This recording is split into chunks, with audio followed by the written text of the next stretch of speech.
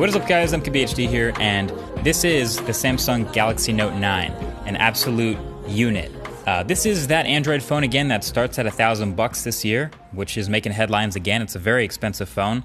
I've been using it since it came out, since that impressions video, so for well over a week, and I gotta say, I think it's worth it. So last year I was talking about the 5 pillars of a great smartphone. So if you recall some of my previous reviews, I've had about 5 pillars of a great smartphone. Those 5.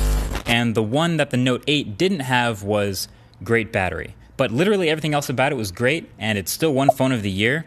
This year, the Note 9 upgrades literally everything about that phone and makes the biggest improvement to the battery. So it's getting a lot of flack for being just an incremental upgrade to the Note 8, but I actually think that's one of the best compliments that you could give a phone right now. So what are those pillars again, you might be asking?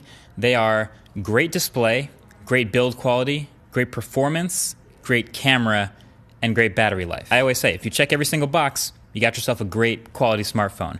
If we look at Galaxy Note 9, now it checks every single box and then some. So the display is incredible. Some, including me, would even say it's literally the best display in any phone. Last year's Note was already the best display in any phone. This year it's 0.1 inches bigger, and it's magnificently bright. You can read it outdoors in direct sunlight. It's super vibrant and contrasty and color accurate.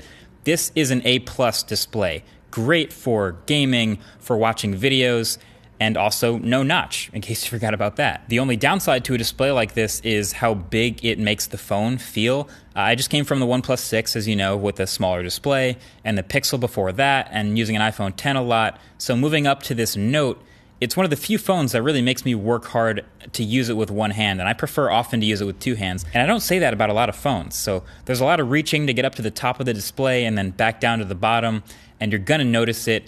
But then again, if you're getting a Note, you already know what you're getting yourself into, and sometimes that's just something you gotta calibrate for. But all in all, great display, no question, that gets a thumbs up. And that kind of leads me into the second part, which is great build quality with the Infinity display, the kind of bleeding of the edge of the screen over. Samsung still does that. It's recognizable versus other phones that don't do this, and I like it. They don't have to reinvent the wheel here. They found something that makes it feel really immersive, and they just keep doing that well. But really, I think we just keep forgetting, like, the build quality, the industrial design, or just generally the hardware of this phone is one of the most underrated things about it. It's really great. You have the premium build materials, right? So you got metal all the way around.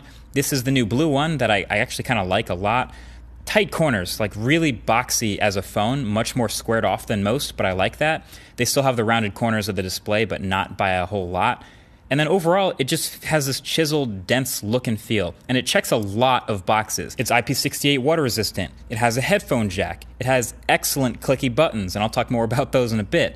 And one of the more underrated upgrades to the hardware is the speakers. They're in the same place as they were, but they're now much louder and fuller sounding and just straight up better than before. I definitely appreciate that. Slight downside to the hardware is the glossy back that will 100% collect tons of fingerprints, as you can see. As good as Samsung's glass looks when it's clean, it can get pretty clouded up.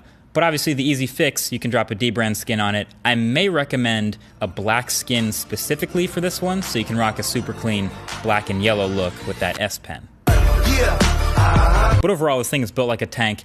Build quality is not a problem on the Note 9. I'd even say it technically counts as a little bit of an upgrade because they moved the fingerprint reader down just a little bit to be more reachable.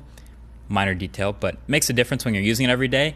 But build quality is great. Okay, so performance. Galaxy Note 9 has been a great performer. It's a fast, high-end flagship, so you'd expect that. Snapdragon 845 and 6 gigs of RAM here, etc. I'm always worried about Samsung's skin, though, because it's not light. It's kind of a lot. You worry about software updates with it, but from my use so far, it's been smooth and snappy. It's what I've come to expect, and it's gotten 1 software update so far. Now, this is the 128 gig version with 6 gigs of RAM. I haven't yet gotten to try myself the 512 gig version with 8 gigs of RAM. But the thing about that, first of all, it's $250 more expensive than the baseline version, so that's a lot. And then I don't really see myself actually using 500 gigs of storage on a phone. As amazing as it is, I love that it's an option. It's 2018, why not push that limit?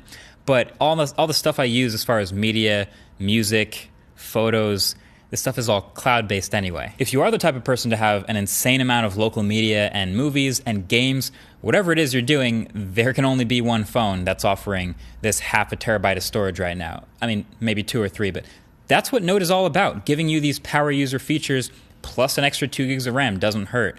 But I think pretty much anyone, including me, will be fine with the 128.6. And then there is also a new cooling system to mention. So Zach, Jerry Rig Everything, he tore into his Note 9 and showed the much bigger copper heat pipe inside this phone. Samsung calls it a water carbon cooling system. All I can tell you is, just from using it, this phone definitely still gets a little bit warm on the back, especially when gaming for a while, or navigating in a warm window of your dashboard or something like that, but definitely never overheated. It is for sure a great gaming phone though. It has the specs and more to keep up, and the most incredible display and some upgraded speakers, so that's still a solid combo. And so then there is the camera, or cameras. And this is a firmly third place camera as far as smartphones go right now, which is pretty awesome. I mean, you got Pixel 2 at the top, which is amazing. Then you got this and iPhone 10 right around second and third. You can watch the blind test video if you don't believe me. But this is essentially the exact same camera setup as the Galaxy S9 Plus from a couple months ago, which makes it an upgrade from the last Note. So just like the S9 Plus, you give it a lot of light and it is an excellent camera. You can get real shallow depth of field if you get close enough to your subject. It has your pretty classic Samsung vibrant colors and slight overprocessing as far as sharpening and noise reduction. You've already heard this all from me before. The one new addition is the AI.